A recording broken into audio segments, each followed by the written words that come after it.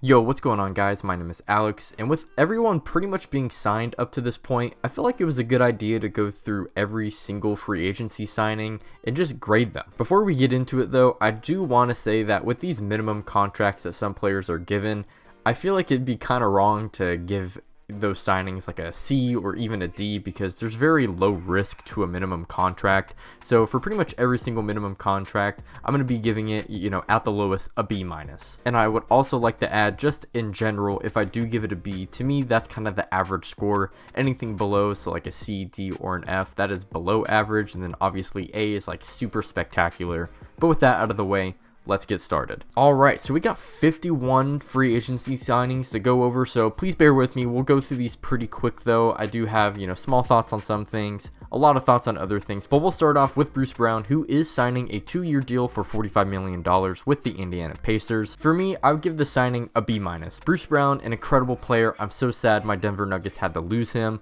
but he's going to be great for the Indiana Pacers, who are trying to start a winning culture. Sure, you could probably look at that money and say that's a lot of money for Bruce Brown, but I would say he has somewhat deserved it with his play throughout the years, and especially winning a championship.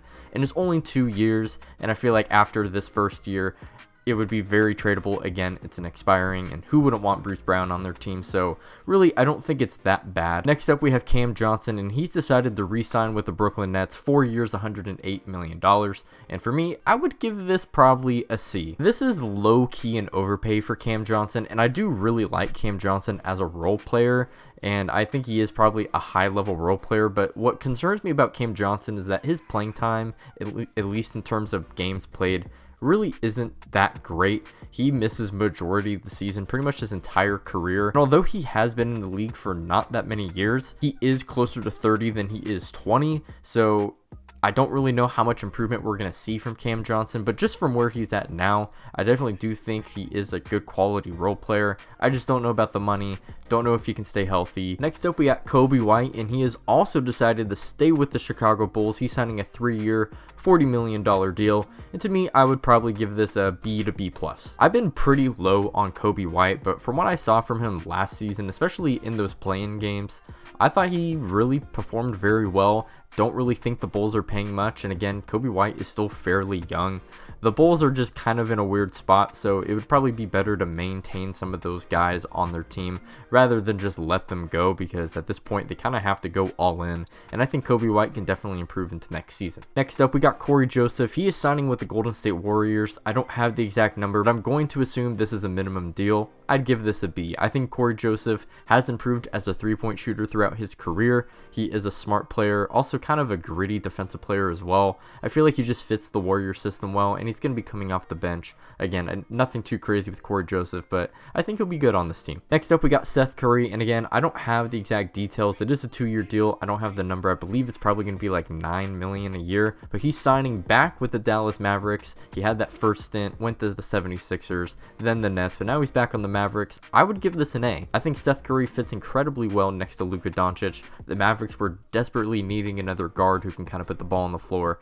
Obviously, he's a great three-point shooter as well. I just think the fit is there. Contract is not bad as well. Very tradable if, you have to trade Seth Curry. And since we're on the topic of the Dallas Mavericks, Kyrie Irving also re-signed with the Mavericks, 3 years, $126 million.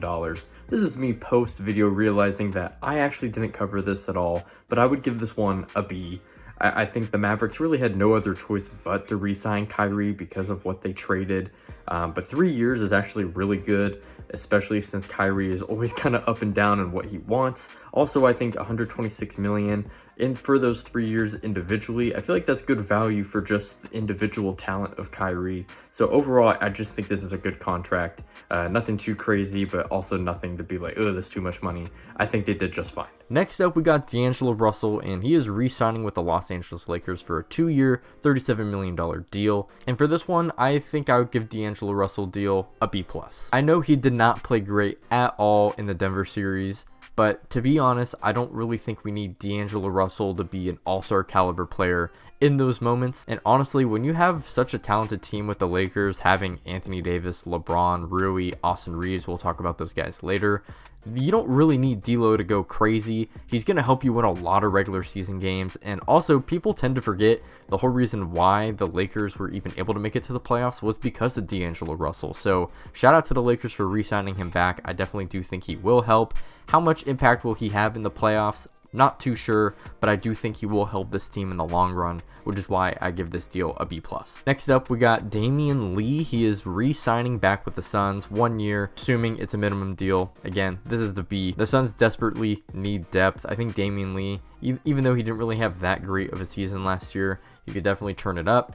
Good 3-point shooter. That's kind of what the Suns need. So yeah, it'd be. Now we got Dario Saric. He's signing a 1-year deal with the Golden State Warriors, assuming this is a minimum deal as well, but I would kind of lean towards more of a B- on this one. I think Dario Saric can kind of be the Bjelica 2.0. Not as good of a passer, of course, but can definitely stretch the floor, can put the ball on the floor. But because of his injury that he sustained in the 2020 playoffs, I'm just not too sure how great he's going to be defensively. Again, he's going to be coming off the bench, so it shouldn't be that big of a problem. But I'm just somewhat concerned about if he can even stay healthy. But if he can stay healthy, I do think he will bring good value to this Warriors team, again, on a minimum deal. Next up is Dennis Schroeder, and he's going to be signing a 2-year, $26 million deal with the Toronto Raptors.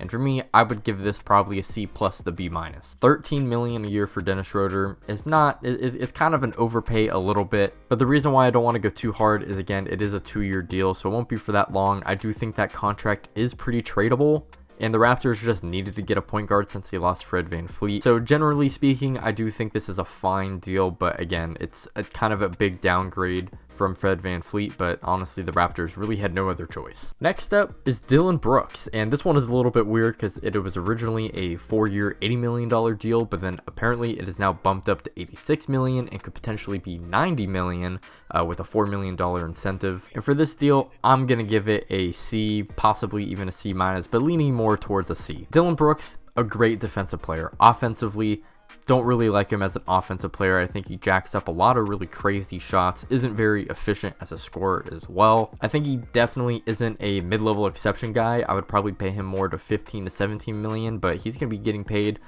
quite significantly more than that, probably leaning more towards 23 to 24 million a year. And it's something I'll say for Fred VanVleet as well before we get to him.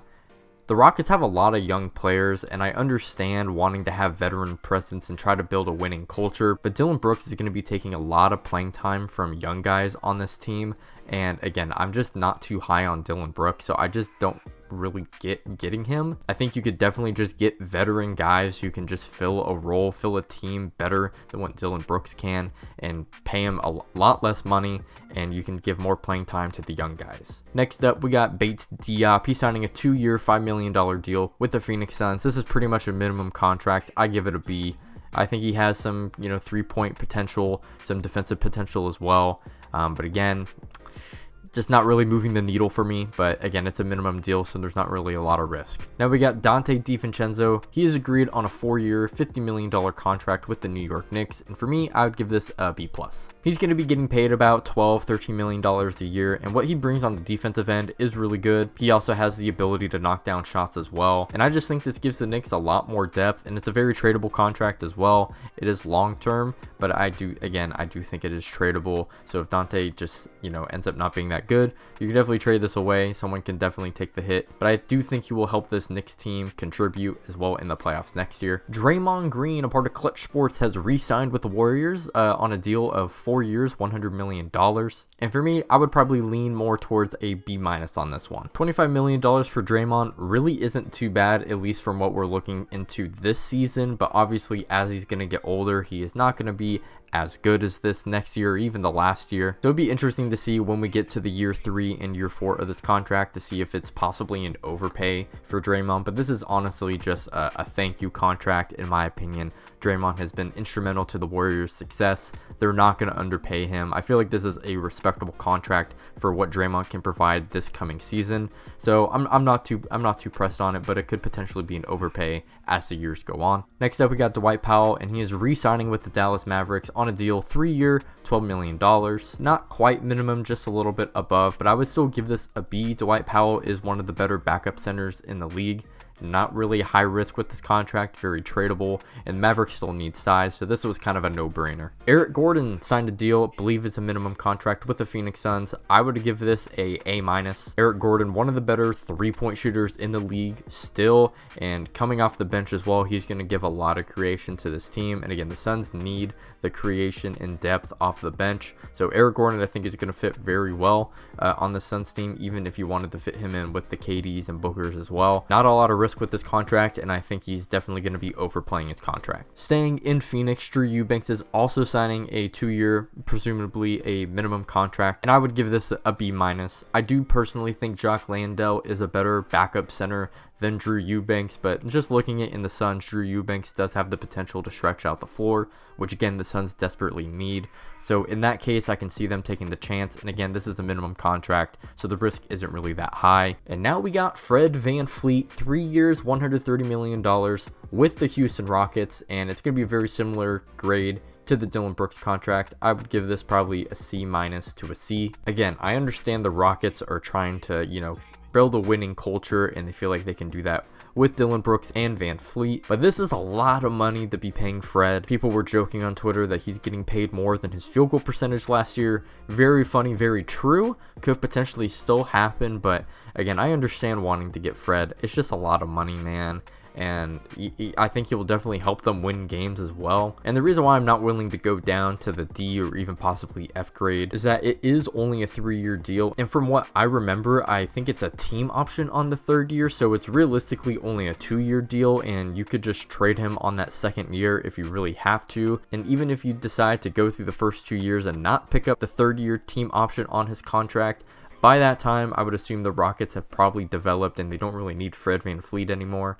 So it's not bad to D grade, but I'm still not very high on it. So I would give it a C-. The highest I'm willing to go is C. Gabe Vincent is signing with the Los Angeles Lakers, 3 years, $33 million. For me, I would give this a B. Gabe Vincent is definitely an upgrade over Dennis Schroeder, in my opinion, a better 3-point shooter. This contract is also very tradable, and just comparing it to Dennis Schroeder's contract, although it's not so much cheaper, it is cheaper than what Dennis Schroeder's getting paid now on the Raptors, so you can just kind of see that as a plus as well. And Gabe Vincent is definitely going to be providing for the Lakers, especially in the playoffs in the early rounds. He's a great 3-point shooter. I think he'll fit well next to LeBron as well. He's going to get better looks with LeBron than Jimmy and Bam, even though I think those are some pretty good players as well. Playing alongside AD and LeBron is definitely going to open up things for Gabe Vincent, and he could potentially play a little bit better than he did with the Heat. Next up, we got Grant Williams. This is a little bit interesting because it was through a sign and trade, but he is actually going to be a Maverick, and he has a deal of 4 years, $54 million.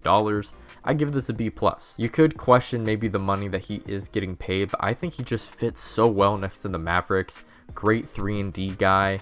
Think he has the potential to even open up a small ball lineup with the Mavericks, which could be very interesting. And again, the fit next to Luka and even Kyrie, I think is just good. So overall, I think this is a great deal for the Mavericks. Next up, we got Jakob Poeltl, and he's signing a 4-year, $80 million deal. Stay with the Toronto Raptors, and for me, I would give this a B-. A little bit of an overpay in my opinion. I do like me some Jakob Poeltl, but $20 million a year is a little bit hefty, especially since Brook Lopez, who again we will talk about later in this video, is getting paid just slightly more than him, and I think there's a big gap between Poeltl and Lopez. So a little bit of an overpay, but again, I think Jakob Poeltl is one of the better defensive players in this league, especially at the center position. So he definitely is worth a good amount of money. I just don't know if it's 20. Next up, we got Jackson Hayes, and he is signing what I'm assuming is a minimum deal with the Los Angeles Lakers, and I would give this a B-. As long as Jackson Hayes is able to play better than Wayne Gabriel, I think this will definitely be a great upgrade for the Lakers. Again, I'm just not too sure how good Jackson Hayes will be. It's also interesting as well because I think the Lakers are discussing possibly moving AD back to the 4. So could Jackson Hayes possibly be the Lakers starting center? I just don't know how good of a starter he would be. I would much rather him come off the bench. But again, I think he'll be better than Wayne Gabriel, so it's a good deal. Next up, we got Jeremy Grant, and he is re-signing with the Portland Trail Blazers for 5 years, $160 million. I'm going to give this one a D. This is probably one of the worst contracts that we saw in free agency, and I just don't quite understand why the Blazers decided to commit all this money to him. I understand that they have to give up that money to someone, and again, they're rebuilding. They probably originally signed this before Damian Lillard requested all those trades, but they probably should have seen that Dame was going to ask out. To be honest, I'm not a big fan of this contract. Don't know how tradable it is as well, because I don't know who's really going to be wanting to spend all this money on Jeremy Grant. But shout out to Jeremy Grant to getting his money. Next up, we got Jevon Carter, and he's signing with the Chicago Bulls for 3 years, $19 million. And for me, I'd give this maybe a C plus to the B minus. Jevon Carter is a pretty solid backup point guard. I just don't know how much he is going to be playing, because again, they did re-sign Kobe White as well. They could potentially play next to each other, I guess, but I just don't know how much he really is going to be playing. And it is kind of like $6 million for possibly a third string point guard is a little bit expensive in my opinion, so we'll just have to see how they kind of, work him into the lineup. But I don't know. I like Jevon Carter. I just don't know for this amount of money. And I also just don't know about the fit. Kyle Kuzma is deciding to stay with the Washington Wizards for 4 years, $102 million. I'm going to give this a B+. I actually thought Kyle Kuzma would be getting a lot more money than this, unfortunately.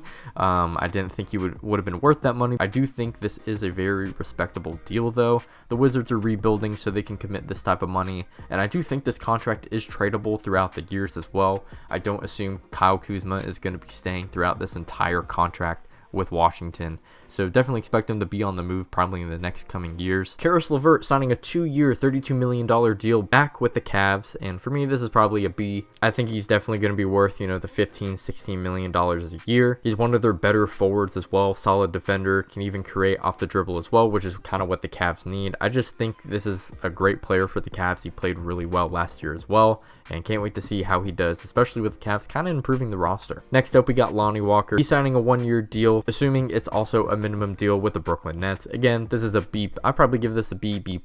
He helped the Lakers win a playoff game. I think as long as he's able to do that with the Nets, I think the Nets could potentially be a playoff team, most likely a playoff team next season. And I think he could get some pretty good playing time as well. Brook Lopez is deciding to stay with the Milwaukee Bucks. 2 years, $48 million. I'd give this a B, B+. The Bucks are trying to contend. They had to get Brook Lopez back. This Bucks team just looks drastically different without Brook Lopez. So they just had to bring him back. Runner-up in Defensive Player of the Year. Again, his age is getting questionable, but it's a 2-year deal. So if you really have to, you could trade him next season, or you can just let him play out the contract and find an upgrade. Maybe you just stick with Bobby Portis. But this is a respectable deal, and they just kind of had to do it. Trey Lyles staying with the Sacramento Kings. Don't know the exact number. Wouldn't be surprised if it is a little bit more than a minimum, but I give this a B. He played pretty good in the playoffs, and it's good that the Kings are kind of just keeping the group together again, because they really did overexceed expectations. I think they can continue to get better as well, and just keeping the roster the same. I think it just keeps that continuity. Malik Beasley is going to the Milwaukee Bucks. 1 year, I'm assuming a minimum deal. I'd give this a B+.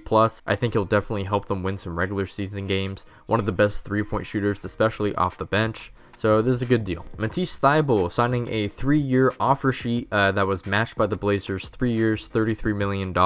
I give this a B. He has room to improve, just don't know how much. Not really getting paid all too much though. And again, the Blazers are going to be tanking, so they can really live with this contract. And if they have to, it's a tradable contract. Jalen McDaniel signing a 2-year, $9.3 million deal with the Toronto Raptors. I'm leaning more towards a B+ to A- on this. The Raptors love some lengthy defenders, and honestly, I really wish the 76ers kept him. He just didn't get any playing time with them for whatever reason, but I actually do think he can get some good playing time with the Raptors, so...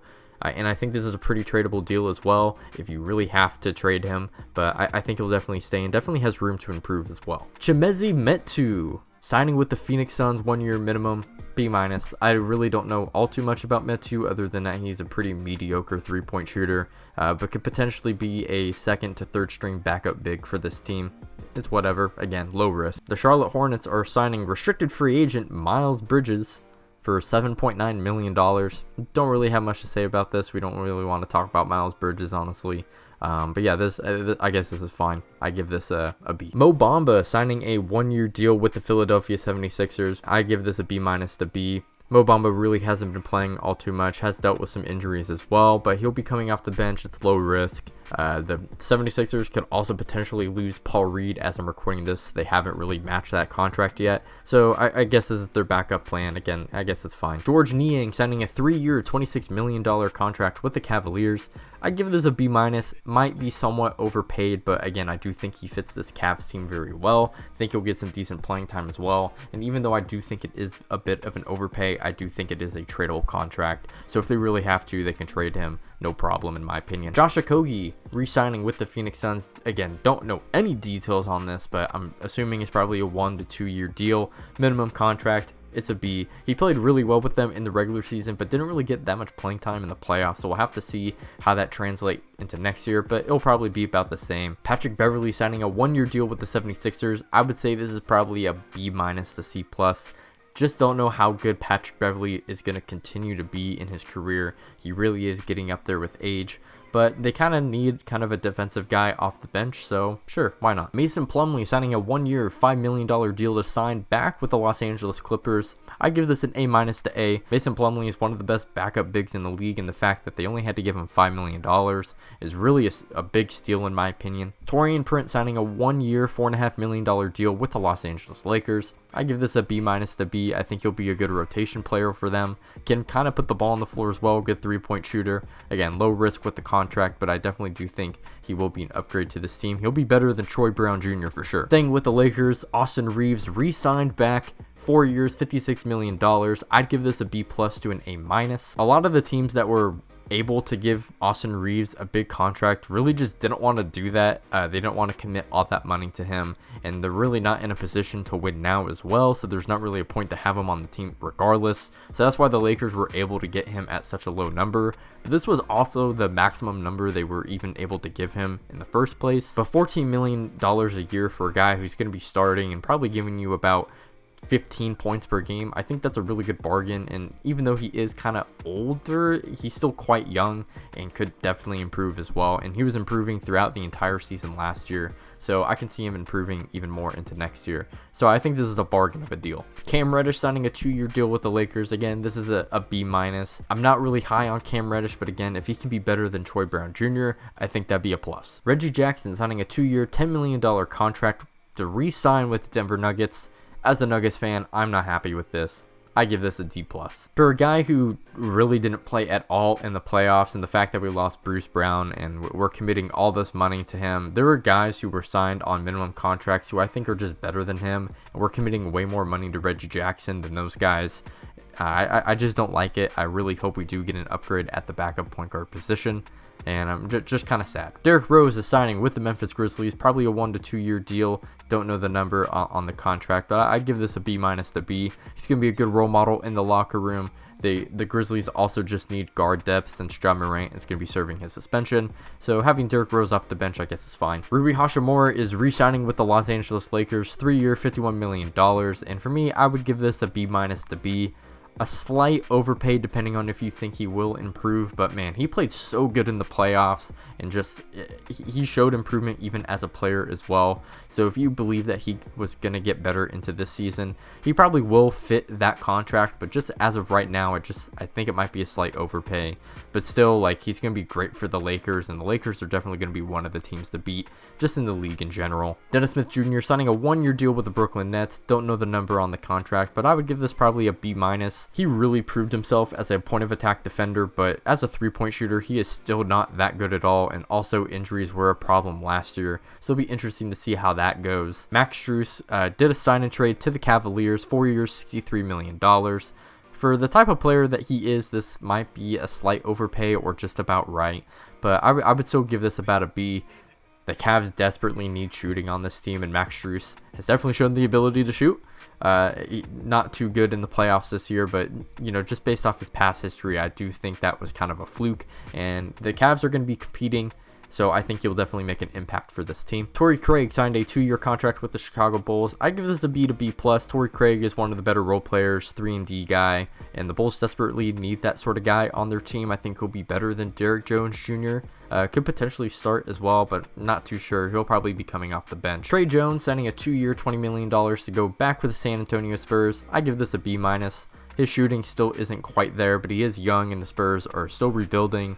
Contract is tradable as well, so it's pretty passable. Ty Jerome signing a 2-year $5 million contract with the Cavaliers. I'd give this probably a C+ to the B-. Ty Jerome really didn't show me too much with the Warriors, but still kind of young, so could still improve himself as a player, but also don't really know how much playing time he will get with the Cavs. And for our last deal of free agency, we have Russell Westbrook signing a 2-year $8 million contract with the Clippers. This was by far the best free agency signing. A+ all around for what Westbrook did in the playoffs, and the fact that you only have to pay him $4 million a year. That is impeccable. And of course, Westbrook is getting older, and you could still have questions about the fit of him next to Kawhi and Paul George. But again, the contract is just so cheap, man. It's so worth it. This to me was the best deal in free agency. Whew. That was all of the free agency signings, at least up to the point that I'm recording this. Again, there are a couple people who haven't been signed, but they're they're going to be minimum contracts, so not really much to say. Hopefully you guys enjoyed. Let me know down below in the comments what y'all think.